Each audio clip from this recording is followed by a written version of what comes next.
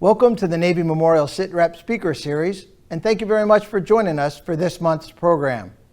As you know, the mission here at the Navy Memorial is to honor, recognize, and celebrate the men and women of the sea services, past, present, and future, and to inform the public about their service. This event focuses on that fourth verb in our mission, to inform.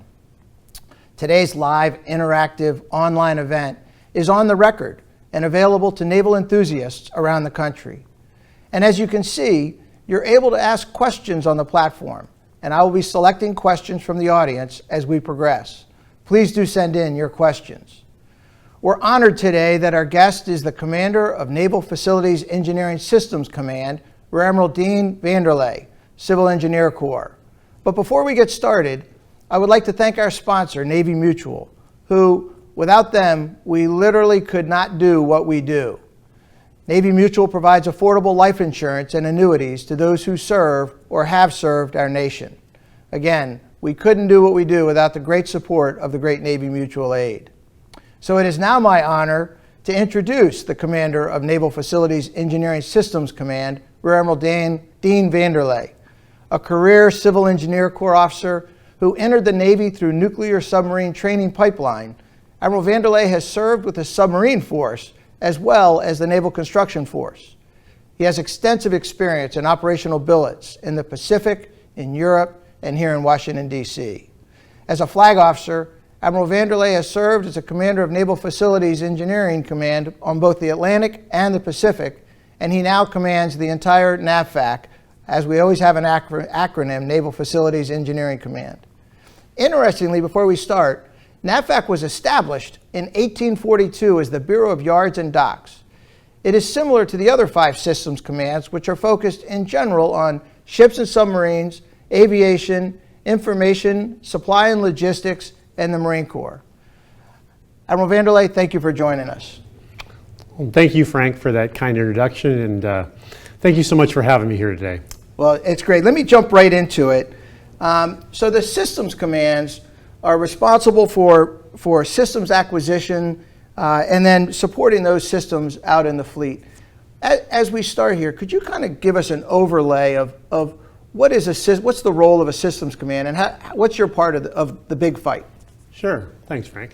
So as you alluded to, a systems command is really responsible for the development, design, construction, acquisition, and then lifecycle maintenance of military hardware and software, as well as to be the technical expert for that equipment. So that is what NAVFAC does, primarily for the shore infrastructure for the Navy and the Marine Corps, as well as for our expeditionary forces.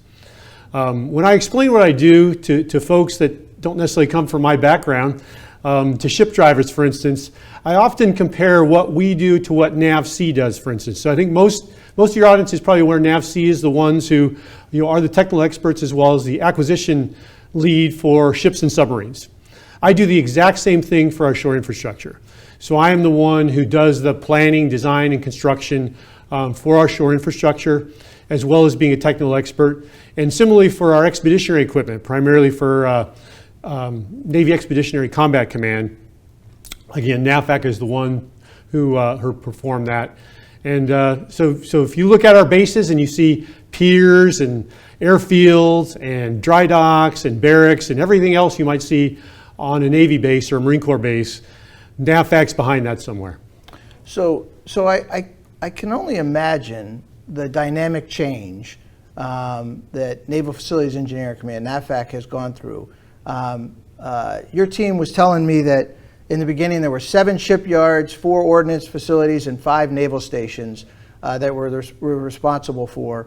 And now that has grown tremendously. Talk to me a little bit about the dynamics of that change and where we are today.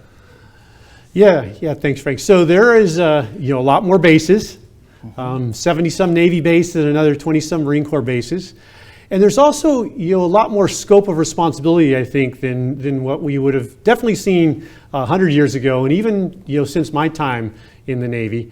So NAVFAC, I think our bread and butter is still construction and maintenance projects, and that's still what I spend the majority of my time doing.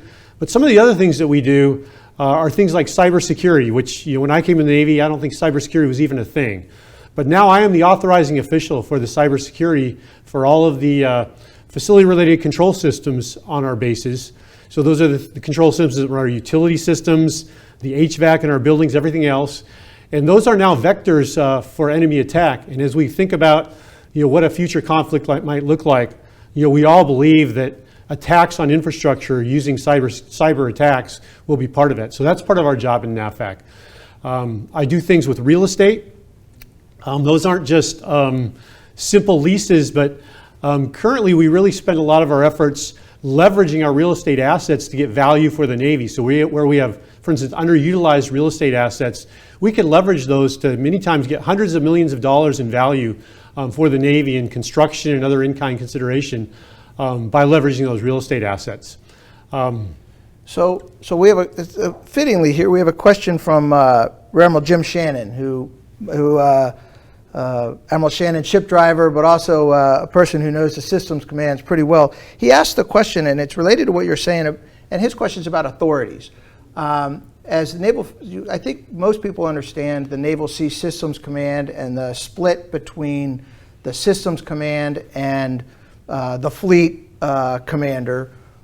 What authorities and where's that break for you at NAVFAC and the people who are using those facilities? Yeah, so it's very analogous. So, for Naval Sea Systems Command, for instance, the primary TICOMs that they support would be our surface forces and submarine forces. Similarly, the primary TICOM that I support in the Navy is Commander Navy Installations Command, CNIC, who've recently been designated a TICOM. So they are the ones who own the assets, operate the assets. They are the operators, essentially. And then I am the Systems Command, and so I have the authorities for design and construction, for environmental, for cranes, for cybersecurity, for real estate. So I execute those functions on behalf of the TICOM, or essentially the user, the operators, and leaders of our installations. Installation forces, even think about it, installation platforms. We like to think of our installations as power projection platforms. So I am the Systems Command supporting those shore platforms. So taking it down to the peer level, for example, because I think in the Navy, we think of ships and airplanes, and sometimes we make comments about the Air Force and their focus on bases, but we're going to talk about shipyards later in the show, but from a naval station and facilities perspective, I'm trying to get a feel for the difference between Navy Installations Command and NAVFAC, and quite frankly, the Naval Station Commander, and how you're interjecting your authorities to ensure that the installations have what they need to do their job. How does that work? Yeah, that's a great question. So Navy Installations Command, and the Installation Commander is a component of Navy Installations Command. They are the ones who operate that installation. So they are responsible for all aspects of operating that platform, that installation. So they really set the requirement for me. So as they operate that installation and identify whether there's some work that needs to be done on that pier, whether they identify a requirement for an additional pier, all the utility systems on that pier, they set the requirement. I work with them. I make recommendations. So a lot of the inspections and things that are done. So we have a rigorous infrastructure inspection program where we're going to inspect the piers, identify whatever deficiencies we see, and then we're going to work closely with Navy Installations Command to then execute the repairs. But they're ultimately the decider of the requirements, and then I'm executor of that work, as well as providing the technical support. So for instance, if you do have a shore infrastructure that's degraded, for instance, in some way, then I would provide some recommendations on how we would need to mitigate that and what work we would need to do to address that. So taking your metaphor of NAVSEA another step. So, and again, we're going to talk about shipyards later. So from a naval station perspective or an air station, if NAVSEA has the engineers on board, their team to improve the Aegis weapon systems, for example, it's your team is it your team that's working to make sure that we've got the best capabilities Because I think of a pier as a pier as a pier, right? I mean, we tie your boat up at the pier and get underway, and is it your team that's taking that requirement for piers and making sure that, or whatever, whether it's an air tower or whatever, that making sure that you bring the engineering to bear? Is that how it works? That's absolutely correct. So, and I would think about it as the whole life cycle of that pier. So part of my job is the criteria that we build that pier to, and that's a tri-service criteria. So we work together with all the rest of the services to have criteria. Now for piers, that's primarily going to be Navy driven, but a lot of the other infrastructure we have, the other services also have similar infrastructure. So we work to develop that criteria, also in accordance with building codes that exist in the private sector as well. Then we design projects to that criteria, and then award. Typically, sometimes we do it in-house, but quite often it's construction contractors that do the work, both maintenance and construction. And then throughout that life cycle, we oversee that construction, ensure it's being built to spec, and then ultimately deliver it to CNIC to operate, for our warfighters. So that classic question, that back when I was on active duty, always got asked by leadership, what do you bring to the fight? How do you answer that question? Because again, 28 years in the Navy for me, NAVFAC was out there just doing things it's hard for somebody who's not in that world to understand it. When you look at the CNO and the CNO says, Dean, how are you helping me with the fight? What's the answer to that question? So what I bring to the fight and what NAVFAC brings to the fight is both the technical expertise as well as the acquisition expertise. So I am the Navy's chief civil engineer, and I'm also an acquisition professional. So my role is to be the technical expert to ensure that we're bringing the very best infrastructure solutions to the Navy, and then having the expertise on the business side to understand how to contract for that infrastructure to ensure that we're being a good steward for the taxpayers and bringing in that work on cost and on budget. So when the CNO asks the next question, how's it going? How do you answer that question? It's going well. There's a lot of work out there. The Navy is making some tremendous investments in shore infrastructure. So there's a phenomenal amount of work out there, more than we've ever seen. Challenges, certainly. So our shore infrastructure is in many cases not in great shape, so a lot of work to be done. But I'm very encouraged by the work we're doing and continue to seek constant improvement to continue to be better at delivering what the Navy needs. So we're going to talk a little bit more about the aging facilities, aging infrastructure, specifically shipyards. You can tell I'm anxious to get to it. But before we go to the break, and before we lose our opportunity, I want to talk about the Naval Construction Forces a little bit. Our Seabees can do. We show the movie here, and movies on a memorial. Great movies about Seabees, and quite frankly, if there's one community out there that we hear the most about here at the Navy Memorial, it's the Seabees. There's a constant push for the Seabees. You're responsible for the Seabees as well, is that right? I'm the community manager for the Seabee community, yes. How are they doing, and what are they doing these days, and how are they doing? They are doing some fantastic work and really making a difference. So, the Navy prides ourselves on being the away team for our country, and the Seabees are definitely part of that away team. And so, the Seabees started in World War II. A lot of the reason the Seabees came about was to support the Marines as they were island hopping across the Pacific. And the Seabees are still out in a lot of those same islands. In fact, those islands are becoming more and more important as we contemplate what a conflict in the Pacific might look like. So today we have Seabees in almost 20 different countries, foreign countries across the world, including places like the Philippines and Yap and Palau, Timor-Leste, just a few examples of where we have Seabees right now doing construction for the Navy. Sometimes it's humanitarian type construction, which is important for access to those places. Other times it's training and even construction for what we see as one of some of the main missions for the Seabees in a conflict in the Pacific, which is airfield damage repair, port damage repair, and we're organizing ourselves and being ready for that mission.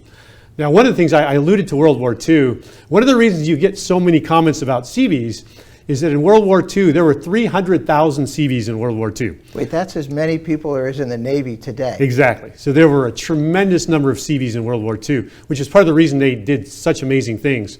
the requirement for what our Navy needs Seabees to do hasn't really gone down that much, but we have only a fraction of that number of Seabees now. So one of our challenges too is taking that, the limited number of Seabees we do have and figuring out how to really leverage them to make the most impact possible. So one of the ways we do this, and this even goes back to World War II and in Vietnam we did this, is looking at how you can leverage the combination of NAVFAC and contractors and the Seabees really working together to make the most impact. So for example, we just did a project at San Clemente Island, which is an island off the coast of Southern California, where we had contractors doing a lot of the logistics, some technical support, running concrete batch plants. Seabees doing a lot of the work, about $7 million worth of concrete work, airfield work out there, all under the direction of NAVFAC. And that's a model for what we anticipate doing across the Pacific, both in peacetime and ultimately in conflict as well, to execute what the Navy is going to need us to do, both in peacetime and conflict. So we just had a group of veterans come through last week, and one of them was a Korean War veteran, and I asked, what did you do in the Navy? He said he was a Seabee. I said, how did you become a Seabee? And he said, I worked on a farm, I did construction, and when I went into the war, it was a perfect fit. And it created a conversation about what an incredible surge capability that the Seabees bring to bear. I mean, I don't think we're in the business of construction on a day-to-day basis, but in conflict, it seems to me that, and am I correct, that the Seabees are that valued force that when you need them, you ramp them up, and then that attitude of they can do anything, they go do it. That's what we pride ourselves on. So, our technical expertise is the value to our Navy. As you know, in World War II, the reason we had so many Seabees is we took all the construction workers that were enlisted in the military and we made most of them Seabees. And that created, those were the same guys that built Hoover Dam, built the infrastructure of our country, so some really, really talented construction professionals. We continue to get some folks like that in the military. We're not getting 300,000 anymore. So it's a combination. We get some talented construction professionals from the private sector. And then sometimes, many times we're just bringing in kids who want to work, and we're teaching them how to do construction. That's and awesome. Again, NAVFAC's got a piece of that, providing the technical support for that team. And there's a reserve component to the Seabees as well, so we got the active and reserves.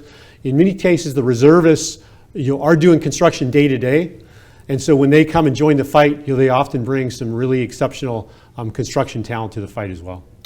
Great. So before we break, though, I'm going to go to a question here because you mentioned the Western Pacific and the Seabees, and the infamous Bill Erickson from the Surface Navy Association fame has a question. What are we doing to upgrade our Western Pacific Island facilities that remain from World War II? And is that a role the Seabees have, as you mentioned, through the different places around the world? Certainly. So, in some cases it's upgrading. In many cases it's building new, and that's NAVFAC and the Seabees are working together on that. So there are billions of dollars in what Indo-PACOM calls posture projects across islands in the Pacific that are on our plate. Many of those are going to be done by contract. Some of them are being done by Seabees. Seabees are also upgrading existing. So recently, you mentioned I was out of the Pacific. We had a Seabee dive team repairing a port facility in Tinian. So Seabee divers out there, some pretty old infrastructure there, and Seabees out there, it might have been back from World War II. Seabees doing the work to repair that facility. At the same time, on Tinian, doing hundreds of millions of dollars of new airfield construction as well, primarily by contract. So again, a good example of where we got contractors doing part of it, Seabees doing part of it, and that's what we're doing right now. Is we're in really competition in the Pacific, and it is if it was to advance towards conflict similarly, I would anticipate both NAVFAC and contractors and Seabees all working together to provide the infrastructure we need, whether it's repairing the old stuff that was there, as well as building new stuff. Got it. Admiral, we're going to take a quick break. And when we come back, we'll continue our conversation with Admiral VanderLey, and we'll specifically talk about that modernization of our Navy's public shipyards. Stay tuned. You talk to a person every time you call Navy Mutual. Richard Scott, currently retired from civilian life and the Navy. I didn't really want to go out and talk to a bunch of salespeople, and I heard about Navy Mutual, and I called them and asked them what they could do for me, and it was very good. I mean, it was no pressure. They want to take care of their customers and provide a service at a fair price. I'd highly recommend Navy Mutual.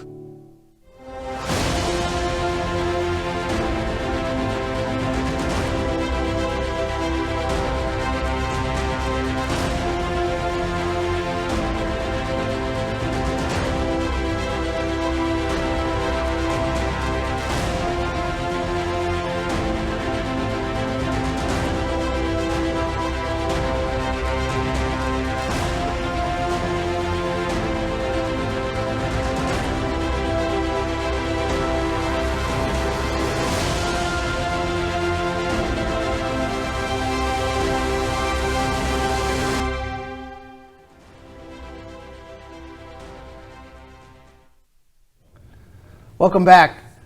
Welcome back. We have some good questions coming in on the platform, so keep those questions coming in. I'll try to get to as many of them as I can.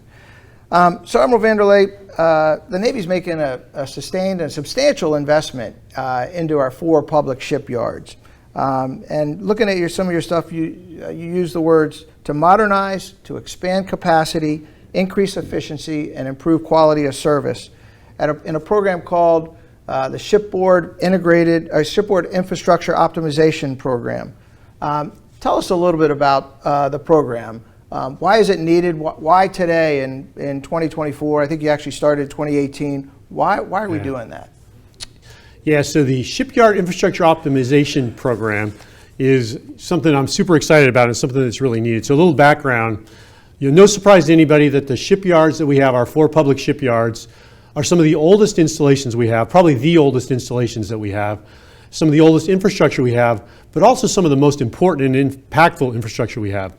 So if you listen to CNO and as she talks about America's warfighting Navy, one of her themes is we need more players on the field. One of the ways you get more players on the field is you get those players, those submarines, those aircraft carriers through maintenance. To get them through maintenance and get the maintenance that's done, we need to upgrade those shipyards. And it's really a critical capability for our Navy, especially as we look forward into the future and being ready for a high-end fight. So, those old shipyards, because they're old, their infrastructure is in many cases the oldest that we have, and in many cases not in great condition. Also, if you think about it, those shipyards were built and configured back when we were building ships. So those shipyards were set up to build surface ships primarily. We are now using them primarily to maintain nuclear-powered submarines and nuclear-powered aircraft carriers. So very, very different mission. And finally, the capacity of those shipyards to do what needs to be done in the future isn't there. Particularly when you look at the dry dock capacity, we just don't have enough. What makes the Shipyard Infrastructure Optimization Program, or SIOP, so exciting though, is we're not just dumping money and just rebuilding the same stuff we have. I talked about the challenges with configuration that we currently have. So that makes it tough for our shipyard workers because our shore infrastructure is largely not configured in a way that's efficient for them. So one of the things that we've done with SIOP is that we've done a lot of industrial modeling of how maintenance is done, and then are working to configure our shipyard infrastructure to support that. So for an example, we did some modeling at Portsmouth Naval Shipyard in Kittery, Maine. And our modeling showed that in one submarine availability, shipyard workers traveled a collective 23,000 miles just walking around to all the different shops to get the work done they needed to be done. We could cut that down substantially. Similar. So is that, not to interrupt you, but is that because over time, 100 years or whatever, this shop was put over here, and this shop was put over here, and this shop was put over here, and then you find yourself the inefficiencies of moving around? Exactly. So we just made it work over the years. So as I mentioned, a shipyard that's built to build surface ships is quite different from a shipyard that's built to maintain nuclear-powered vessels. So in Portsmouth, we had the painting shop over here, we had the blasting shop over here, but those things ought to be together, right? Painting and blasting is often done.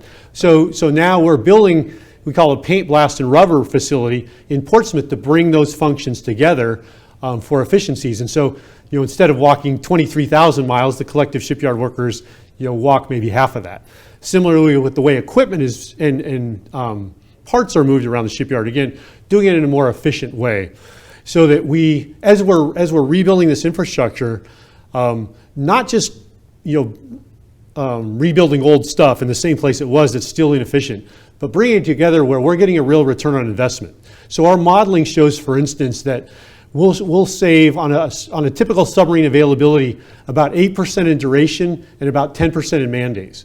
So if you think about how much that we spend on a typical submarine availability, that's really significant savings. And if you talk about getting our shipyards out, our submarines out 8% faster, that's really significant when it comes to putting more players on the field, as the CNO talks about. So taking a step back, you're talking a lot about submarines and the 4 public shipyards. Is that the focus of the four public shipyards, is our submarine force? And carriers. So I talked about submarines, Yep. Also nuclear-powered carriers. There is some other work that's been done, but their primary focus is the maintenance of our nuclear-powered vessels, which is submarines and aircraft carriers. So is it fair to say for our audience that surface ship maintenance is mainly being done in private yards, the yards owned by companies out there, and the public shipyards, the government shipyards that you're working on, are primarily focused on the submarine force And the aircraft carrier force? Yeah, and I don't want to get too far out of my lane. Admiral Yeah. Downey from NAVSEA can speak to you, but yeah, that's generally true. There is some surface ship maintenance that's done in our public shipyard, so Yeah. I don't want to minimize that. But yes, primarily their mission is the nuclear-powered vessels. So it goes back to your reference to the CNO needing more players on the field. If our submarine force is relying on the infrastructure of our shipyards, every day that you can save in that 23,000 miles of walk-in is another day that there's a submarine out there operating and being part of the force. Is that why this investment's being made? Absolutely true. And additional capacity. So a lot of the work we're doing here initially within the SIOP program is building new dry docks. So we have 3 new dry docks under construction right now. I think this is the first time since World War II that we've simultaneously been constructing 3 new dry docks at one time. So a huge amount of investment there on additional capacity too. And the words that I've heard used is, if we don't build some new dry docks, we're going to have submarines stacked up like cordwood outside our shipyards. So that additional capacity, the efficiency is important in cutting out that duration. It's also important to build that additional capacity necessary to maintain our nuclear-powered ships and carriers and submarines. So I'm struck, we have a question here from somebody who's referring, that a former CNO talked about naval civil engineers being integral part of the naval engineering enterprise.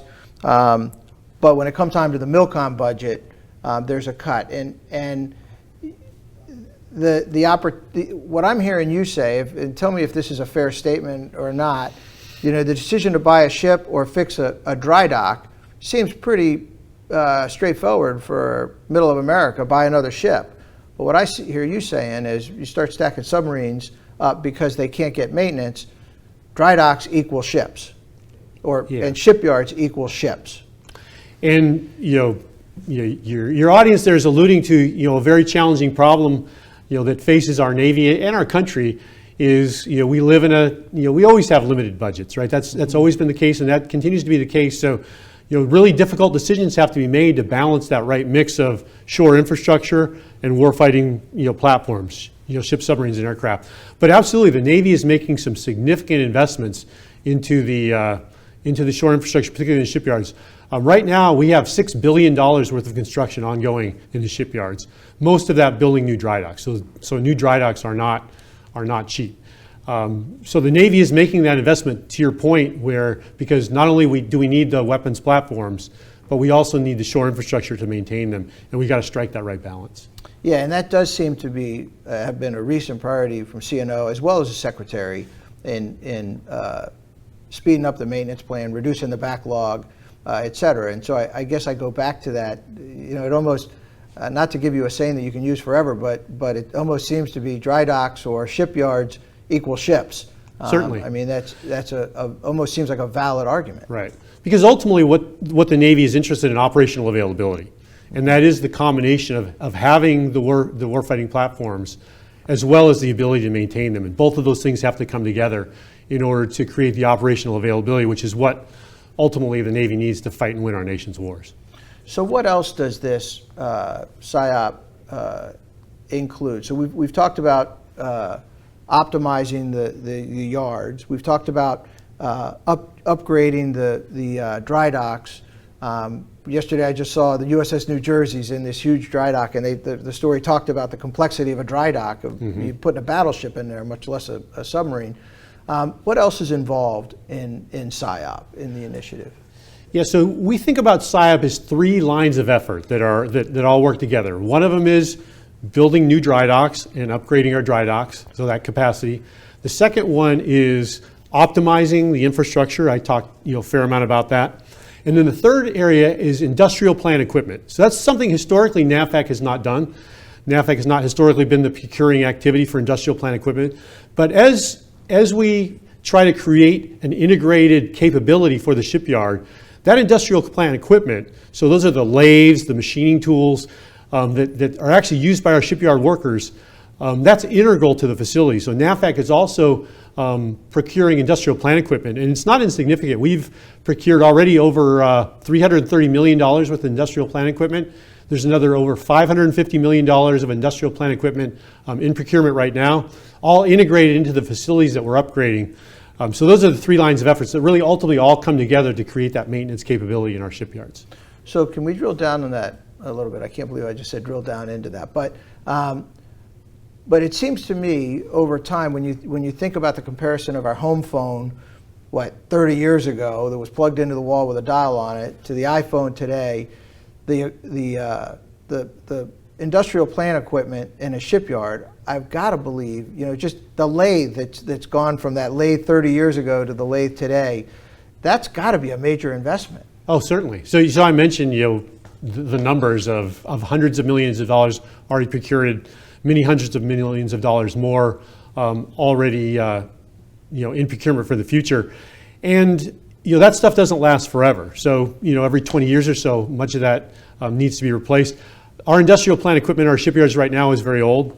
Much of it's antiquated. So we're replacing that with modern industrial equipment that's networked, really a modern shipyard, again, all focused on making our shipyards as efficient and effective as possible. So how do you work with the private shipyards who I understand are having the same challenges in modernizing, same challenges in to CNO's words, more players on the field? Do you do a lot of coordination with the private shipyards? I got to believe there's lessons learned that go back and forth and things like that. Yes, certainly. So, obviously the private shipyards, I'm not responsible for their infrastructure. So that area, NAVC obviously works with them very closely. I generally do not. However, when it comes to lessons learned, we have spent, time with the private shipyards to again understand, how their infrastructure is set up and learning from them, as well as engaging with industry more largely. One of the things that we've done in SIOP is extensive industry engagement, also with the construction community, because a lot of this work, these dry docks are multi-billion-dollar projects. A multi-billion-dollar project is much different than a lot of the traditional work that we've done. The risk profile, the complexity is just very different. So we've had to engage not only with shipyards but also with private industry to learn from them as they behave similarly to other massive civil works projects that we've seen, and we've all seen. You go to Hampton Roads and watch the Hampton Roads Bridge Tunnel. In fact, the same company that's building the Hampton Roads Bridge Tunnel is one of the companies that's building our new dry dock in Hawaii. So these are the same huge companies that are doing this massive infrastructure work across our nation are also doing this huge infrastructure work for us. So, one aspect that I'm very proud of we continue to work on is that really depth of industry engagement to make sure that we're bringing our best, not only technically but also from a business and contracting perspective, to make sure that risk allocation is correct, to make sure that we're most efficiently and effectively building that infrastructure that our Navy and our shipyards need. So, Admiral, you just mentioned NAVFAC and also contractors, and I want to go back to your NAVC comparison a little bit on the shipyard part. It seems to me like that back from World War II, when we built shipyards and we staffed shipyards and they were all government workers, it seems like there is a much greater reliance on that partnership, much more reliance on contractors getting things done. And what would you say I don't know if the right way to put it is the percentage or what, that at a shipyard, not including the NAVC folks who are actually doing the work on the ships, but the infrastructure folks, how much of that is NAVFAC or NAVFAC people, and how much of that are contractors like the folks building the ship, the dry dock in Hawaii? So major construction has always been primarily done by contract, all the way, go back as far as you want. A lot of our bases were built around the World War II and before time frame. Almost all that major construction has always been done by contractors. So what NAVFAC does is we do the project development, the planning and the design, award the construction contract, and work closely with the contractor throughout to integrate that work. Most of the work that's actually done by our civil service is maintenance. So more of the preventative and routine, and even some significant maintenance is done by our civil service workforce. But that's generally the mix, is that major repairs and major construction typically done by contract, more minor maintenance and smaller maintenance often done by our civil service workforce. So the Shipboard Integrated Optimization Program began in 2018. When does it end? I mean, is this one of those things that is a big push, like building a ship? There's a commissioning date, and then the ship's out there, or is this the beginning of a major effort to renovate, to modernize the shipyards?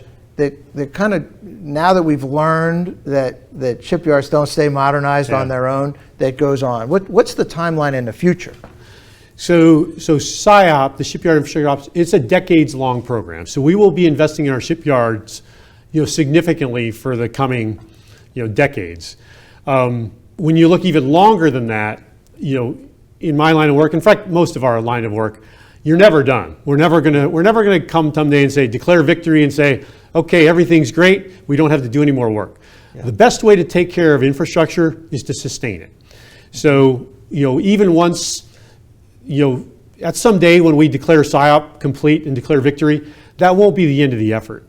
The effort will continue as we continue to sustain our infrastructure, restore it. So you sustain it at a certain level to keep it, but even then, every 40 or 50 years for a typical building, you're going to have to do some major renovations to again bring it up to standards and give it a little bit of a reset. So that's going to be part of our effort throughout to not only bring our shipyards up to the level we need them to be, but then also to sustain them at that level. Will be a continuing effort. But there is generally a strong focus right now to get them up to that standard. So I want to go back a little bit to Admiral Jim Shannon's question about to your point about the future and all of that. And you were saying earlier that you have created a program executive officer. That seems to me to be integrating your efforts into the mainstream Navy world, where you now have a PEO, a program executive, who's responsible and accountable to the leadership of the Navy. Why did you create the PEO, and what is their role, and does that apply to the authorities, and does that keep the focus on this from an acquisition point of view going forward?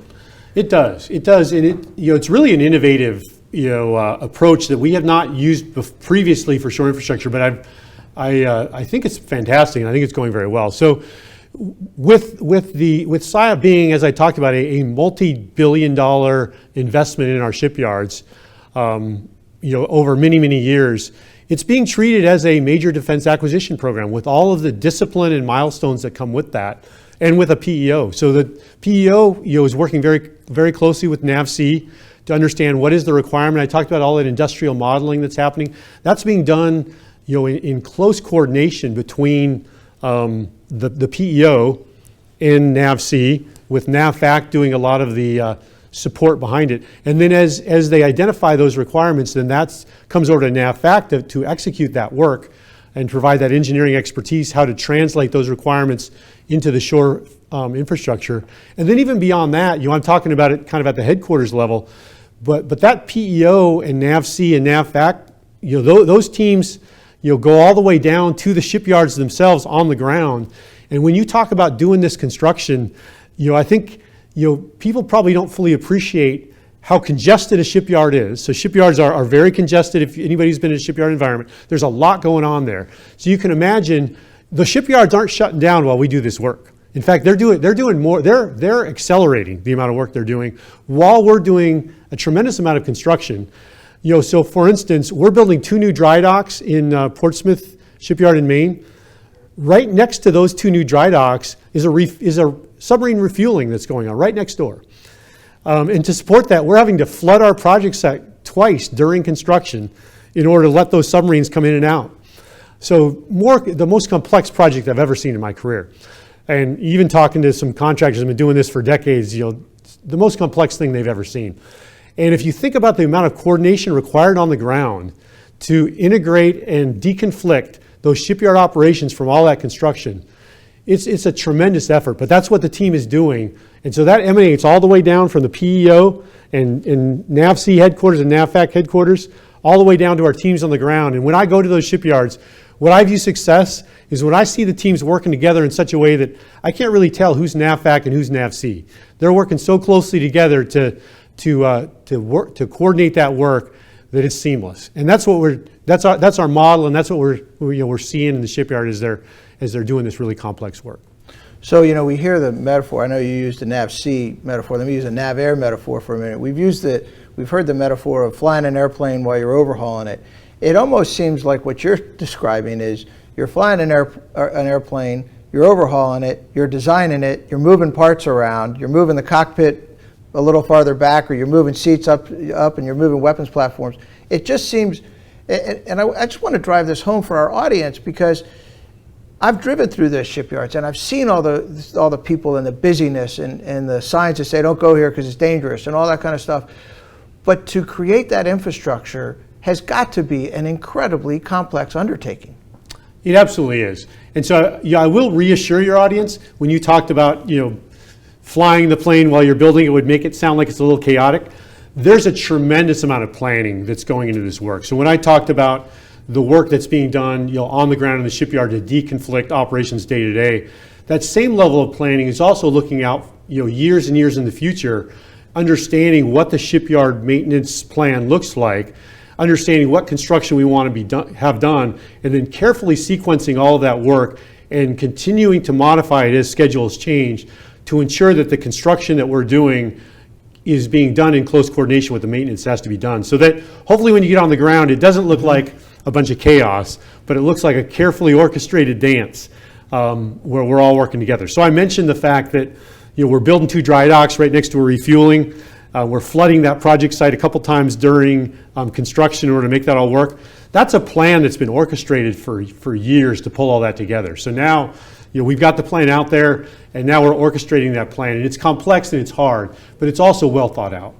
So I appreciate that. I appreciate you pointing that out. I wasn't trying to describe chaos, but in essence, it could be chaos. I mean, your point about the teamwork together with NAVFAC and Naval Sea Systems Command, and the fact the requirement for good planning and all that. I mean, it truly is a monstrous undertaking, which I think goes back to another metaphor, which is if it was easy, it would have been done a long time ago, right? And so that's why 2018 this initiative begins, and your focus on it. And then I want to go to a question from the platform, because I have to tell you that this is a great question. Steve Iselin, I hope I have the pronunciation of that name right, asks, could Admiral VanderLey comment on some of the other work NAVFAC as a SysCom does that supports the warfighter? For example, environmental planning to support expanded naval aviation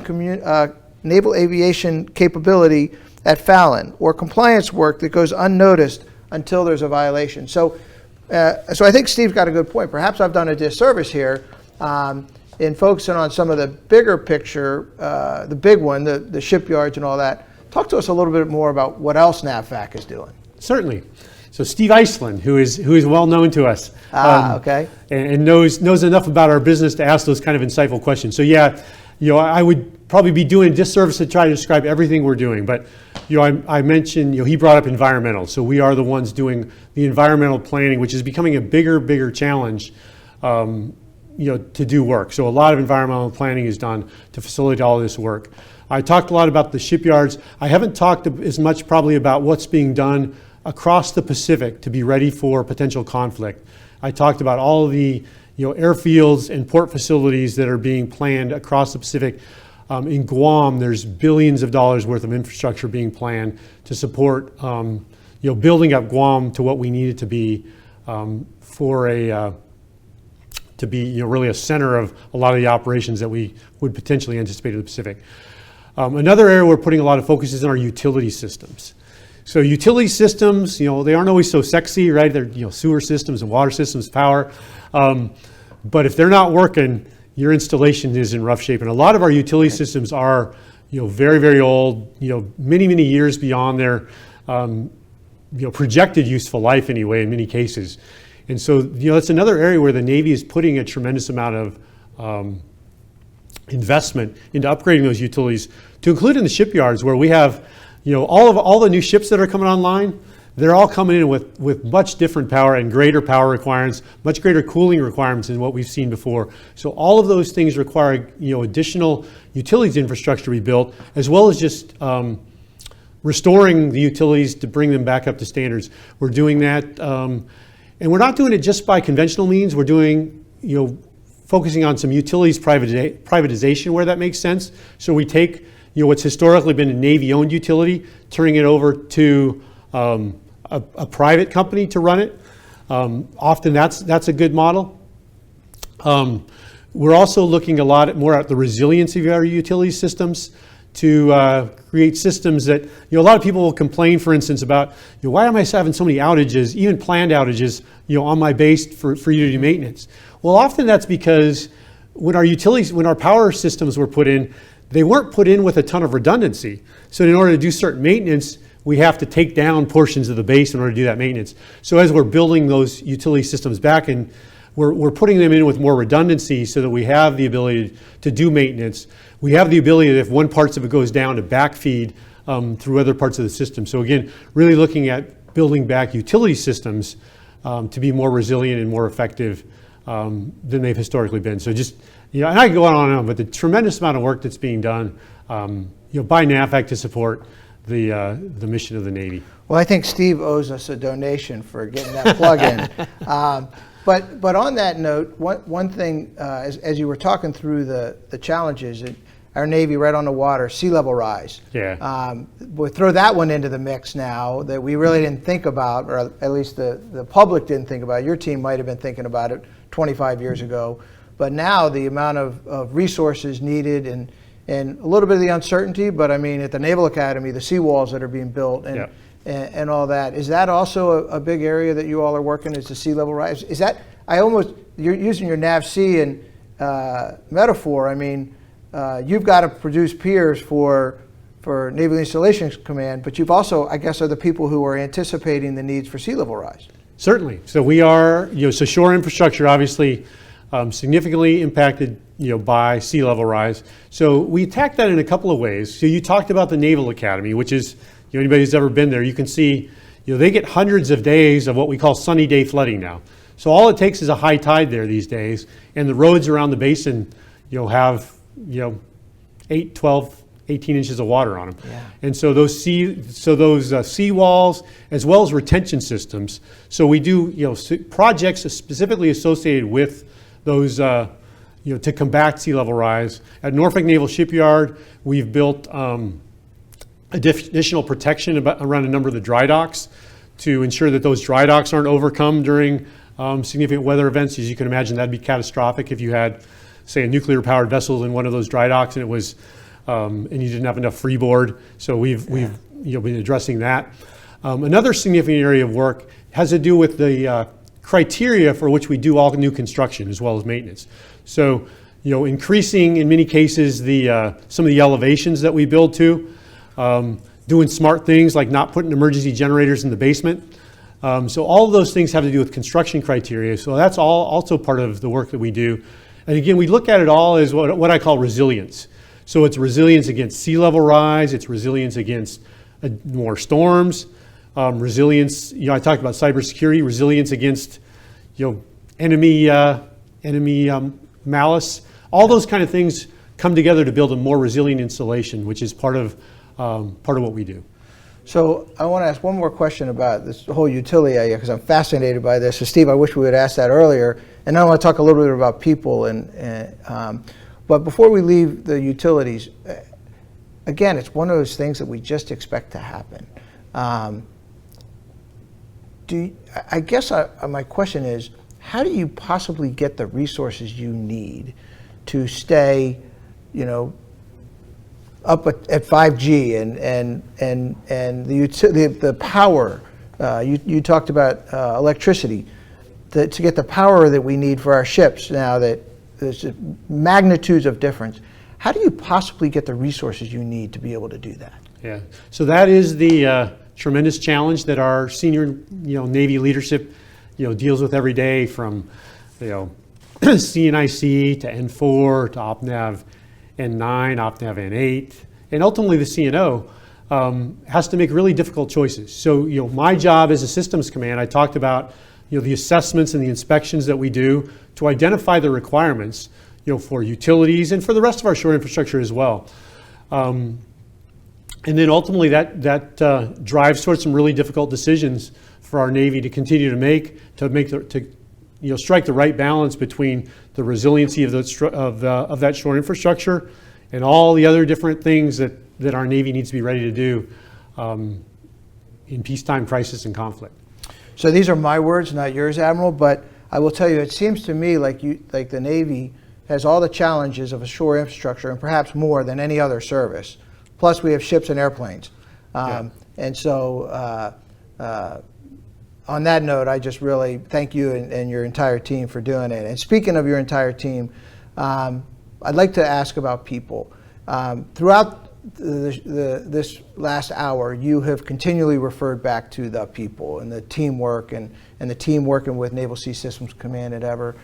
Part of our mission here at the Navy Memorial, we like to say that we honor, recognize, and celebrate those who have served past, present, and future. And this is admittedly giving you, this is a plug. It just seems the opportunities are there. And the civilian shipyards are talking about it too. It seems, if you're talking to the fathers and mothers out there, the opportunities to work in a shipyard, from the vast array of learning opportunities, is huge. What do you tell those fathers and mothers? I tell them there's tremendous opportunity and a very, very rewarding career available. And I'll take a little bit of a step back, and you probably hear this from the folks talking about shipyards, but the construction industry is the exact same thing. Is that our nation has a challenge, and that our nation does not produce enough talented craftsmen and engineers to do all of the maintenance and construction on shore infrastructure that our nation needs. So it's not unique to the Navy. Our entire nation, if you talk to industry and those in the engineering construction industry, they will tell you it's a tremendous challenge for all of us. And so that's something that we battle every day when it comes to what we call the war for talent, because industry is out looking for those same talented technical people that I'm looking for, and that's the people wearing the uniform, the Seabees, those craftsmen to go into the Seabees, the engineers in the Civil Engineer Corps wearing the uniform that we've talked about, as well as all the NAVFAC professionals I need, those engineers and craftsmen, and all the technical professionals that we need. Back in the day, I think you just threw something out there and people would come knock on your door and say, "Could I come work for you?" It's not quite that way anymore.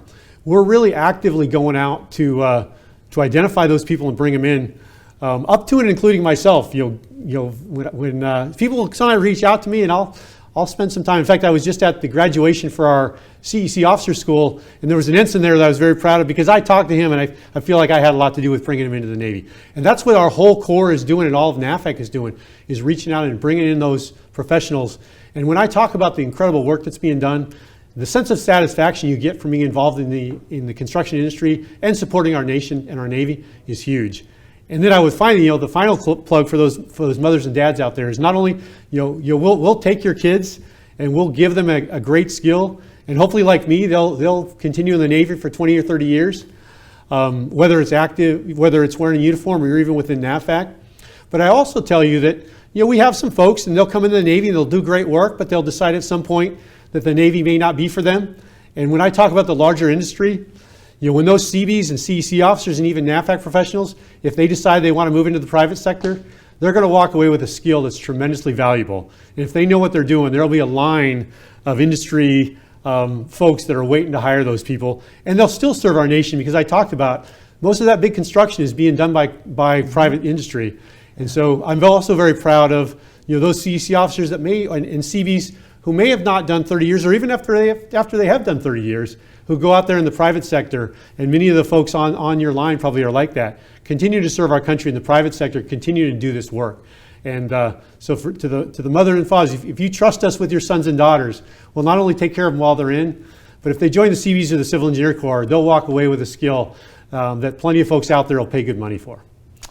Admiral, thank you very much. We promised to keep this to an hour. I think I've probably already violated it. We're pretty good at not violating it, but you've got an incredibly impressive story. And I just want to thank you, and I guess I have to thank all those people at Naval Facilities Engineering Command doing this work, because you all are literally on the front line of the readiness effort. So thank you very, very much. I guess I'd ask you before I wrap up, is there anything that I missed? Anything else you want to touch on that we didn't cover? I don't want Steve calling me and telling me that I missed something else. So yeah, I'll hit on three quick things. My dad was a preacher. He said you always keep things in threes because no one will remember more than three things. So the first is, I haven't talked a ton about what we do in conflict. And so that's one of my big focus areas for NAVFAC is, we've talked about what I'm doing right now really to prepare for conflict, but that same sort of work that needs to be done to repair and build shore infrastructure, that also happens in conflict. And we're spending a lot of time looking at, in conflict, what does NAVFAC need to do differently? We're really looking back in our history to, like, for instance, Vietnam, where we did billions of dollars worth of construction in Vietnam back when $1 billion was real money. Mm-hmm. And looking at what we need to be able to do that again, and preparing our NAVFAC team as well as our contractors for what that might look like, and doing tabletops, including our contractors, to look at what we would need to do to set up field offices in places like the Philippines and Thailand and wherever we might need to do that work in conflict. And again, I talked about in coordination with the CBs. Yeah. So that's one area that we haven't talked a lot about, but a huge amount of our focus is what NAVFAC looks like in conflict and how we'll respond to that. The second area that I talked about is, I haven't highlighted probably as much as I should, that partnership with the industry that's so important to everything that we do. So I really put a lot of effort into partnership with industry and engaging industry and governance with industry as we look at our projects. So it's not all just, sometimes partnership is looked at as like sitting around campfire singing Kumbaya. It's not like that. It's solving tough problems together. And sometimes those problems are hard. And sometimes, the voices can get heated and there's tension and confrontation. But ultimately, we're all working together to get projects done. And I really value that effort. And we put a lot of effort into that partnership, with industry. And one of the CEOs of one of the large companies we work with says, he likes to say, I'm actually not in the construction business, I'm in the relationship business. And that's how he views, because relationships are so integral to what we do in the engineering and construction industry, because the work we do is so complex. You're just not going to get it done without some really strong relationships there, and not sitting around singing Kumbaya, but understanding how to get together and solve tough problems together. And then finally, just thank you to you, Frank, and for your organization for the opportunity to have this forum and have this platform. It's really been enjoyable. Well, thank you, and again, thank you for doing what you're doing. I think the big takeaway today is the monumentous task you and your team have. So thank you. Appreciate you doing this, and thank you for joining us today at our situation report about Naval Facilities Engineering Systems Command. I have to put in a plug. Not only is he the Navy's Chief of Civil Engineers, but he's the King Bee.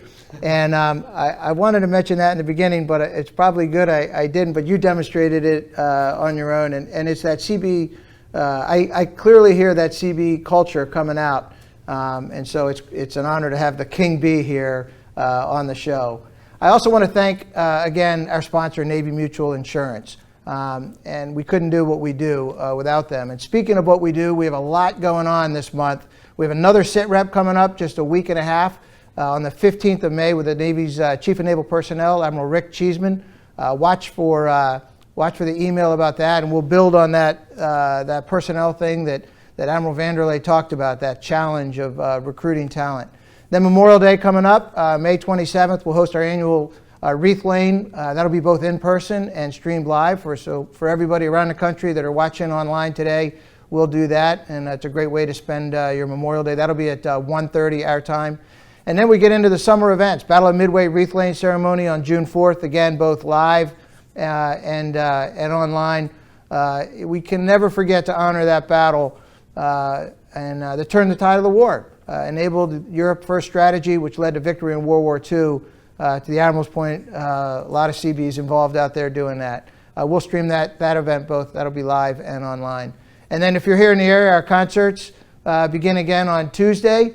And we're going to restart the Movies on a Memorial on Thursday night by popular demand. We were thinking about not doing them, but we're going to do those. So the concerts start at 7 p.m. on Tuesdays, and the movies Thursday evenings at dusk. So that's it for today. Thank you again for tuning in, and thank you again for your support. Your generosity and financial support makes these events and everything we do here at the Navy Memorial possible. So again, Admiral VanderLey, thank you for the SITREP. And to all of you viewers, we wish you fair winds and following seas.